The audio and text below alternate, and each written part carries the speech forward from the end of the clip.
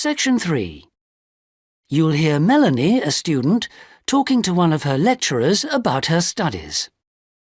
First, you have some time to look at questions 21 to 27.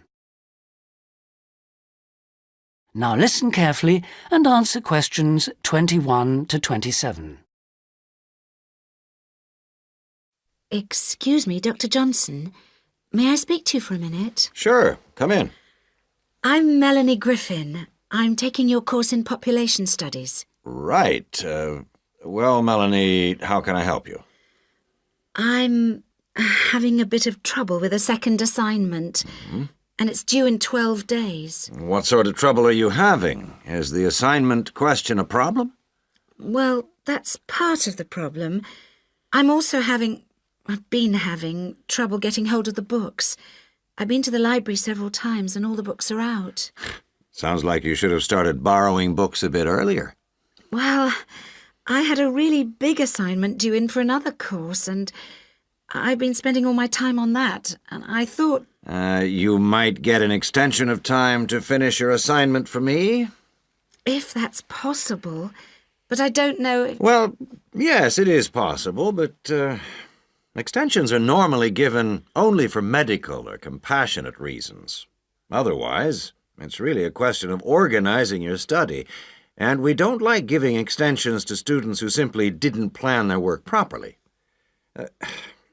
What did you get for your first assignment? I got 87%. Yes, you did very well, indeed. So, obviously, you can produce good work. I don't think I'll need too much extra time, as long as I can get hold of some of the important references.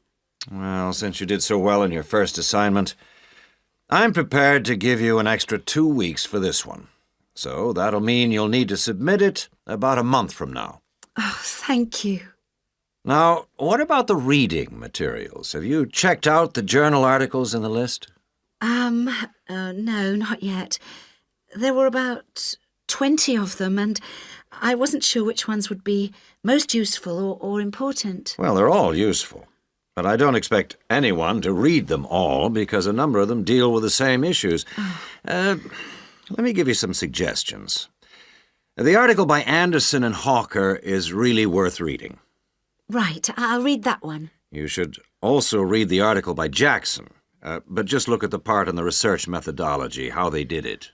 Okay, Jackson. Got that. And if you have time, the one by Roberts says very relevant things, although it's not essential.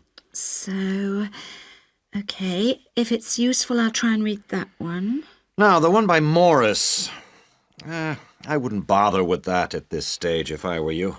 Okay, I won't bother with Morris.